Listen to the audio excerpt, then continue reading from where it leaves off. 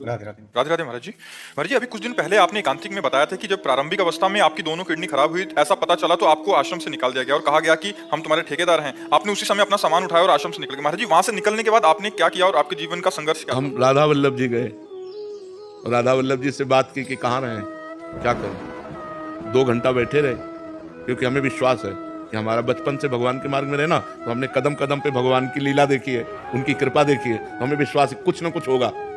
अगर उन्होंने निकाला है तो किसी न किसी रूप में वो हमारी व्यवस्था करेंगे। अब वृंदावन में हमारा किसी से परिचय नहीं था। 2 घंटा बैठे रहे, आरती हो गई ठाकुर जी की, कोई न संकेत मिला न कोई बात की। तो झोला टांगा बाहर निकले कि फुटपाथ में पड़े रहेंगे। जो ही निकले तो एक संत मिले, तो ऐसे ही राधे राधे करते। तो उनका कहाँ झोला टांगे जा रहे हो, तो बताया। और बोले चलो ना, हमारे पास एक कमरा एक्स्ट्रा है। तो काली दह में उन्होंने कमरे में रखा। फिर कुछ दिन हुए तो गोस्वामी जी मिले जो राधा वल्लभ जी के हैं। तो उन्होंने कहा कि बाबा आजकल कहाँ रहते हो। तो हमने कहा पाठक बाबा अपने कमरे। आ जाओ ना हितधाम, कुटिया खाली है। बस हितधाम आ गए। तो हमारा जीवन का जो मोड़ हुआ वो हितधाम से हुआ।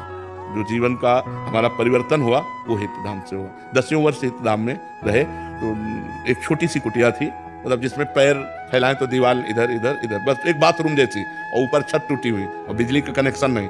तो जब 10-12 वर्ष हो गए, हमारा चमत्कार और सब हुआ है भगवान का हमारे साथ, मतलब तो हम आश्चर्य माना।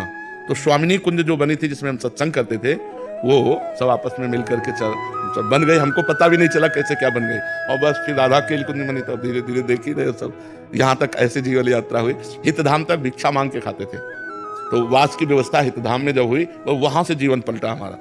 वहां से जीवन पलटते पलटते अब देखो ये जीवन आ गया कि भगवान समाज की सेवा दे दी। वैसे बैठकर बात करने का लाखों लोग प्यार करते हैं। तो भगवान की कृपा से जिसको कोई पानी देने वाला नहीं था, आज हजारों लोग प्यार करने वाले हैं। ये भगवान का सब दिन होत ना एक समान। एक समय वो था और एक समय ये है।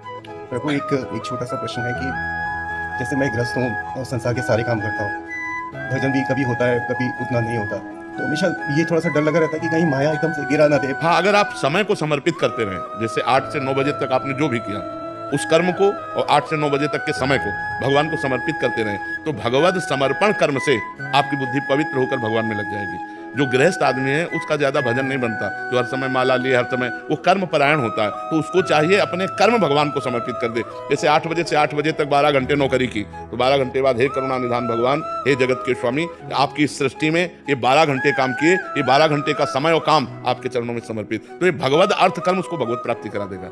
भगवान ने हर रास्ता इसलिए बनाया है कि हर जीव का मंगल हो जाए। तो जो बहुत क्रियापरायण है वो अपने क्रिया योग कर्म योग को भगवान को समर्पित कर दे, तो उनका काम बन जाए।